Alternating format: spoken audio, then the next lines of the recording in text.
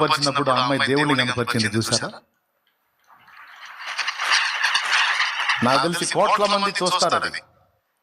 Cricket అంటే భాష, దేశము అనే భేదం లేదు, ప్రాంతీయ భేదం లేదు, జాతి మత కుల దేశ ప్రాంతీయ ఏ భేదం లేదు, అందరూ చూస్తారు.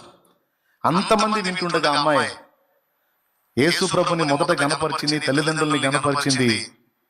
నేను సంతోషించాను ప్రభువుని బట్టి, రెండో అమ్మాయిని బట్టి కాదు. ఎలాంటి స్థలంలో నిలిచినా క్రీస్తుకు సాక్షిగా ఉండున్నట్లు అమ్మాయిని పెంచారు చూడు తల్లిదండ్రి. కొట్టండి, గట్టి కొట్టండి.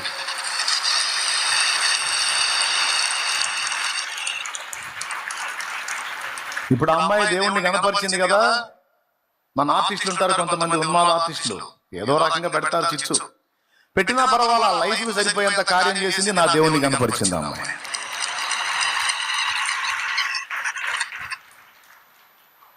ఎంత మందిలో ఉన్నా సరే చూడు, మొహమాటం లేకుండా యేసు ప్రభు నాకు ఇచ్చిన గెలిపిదని, ఇది మొదట దేవునికి మహిమ అని చెప్పి ప్రభుని జీసస్ అని యేసు ప్రభుని ఎత్తింది అమ్మాయి. తర్వాత ఆయన వాగ్దానం కూడా ఎత్తి మాట్లాడండి. నాకు ఎంతో సంతోషం వేసింది. వాస్తవంగా ఇవన్నీ నేను చూడను, బై లక్ పిల్లలు చూపించారు నాకు. అది ఎంత సంతోషం వేసిందో నాకు. అబ్బా, అలాంటి ఆత్మీయ బిడ్డ నాకుంటే బాగుండు కదా అనిపించింది. కన్న తల్లిదండ్రులు ఎంత సంబరపడ్డారో. ఆ బిడ్డకు బాప్తిజం ఒకవేళ దైవజనుడు ఇచ్చుంటే ఆ దైవజనుడు పండుగ చేసుకుంటాడు, చెప్పుకుంటాడు, నా బిడ్డ, నా ఆత్మీయ బిడ్డ. అంత ఘనత తెచ్చింది. ఆట తీసే పక్కన పెట్టేసే, అది ఏముందిలే కానీ అవకాశాన్ని వినియోగించుకొని జీసస్ అందు చూడు. అప్పుడు అందరికీ వెలిగిదిగా యేసు అనే మాట.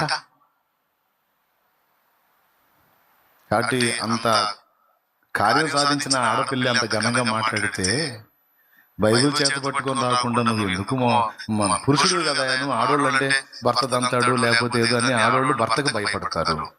నువ్వు ఎవరికి భయపడి బైబిల్ దాట్లా?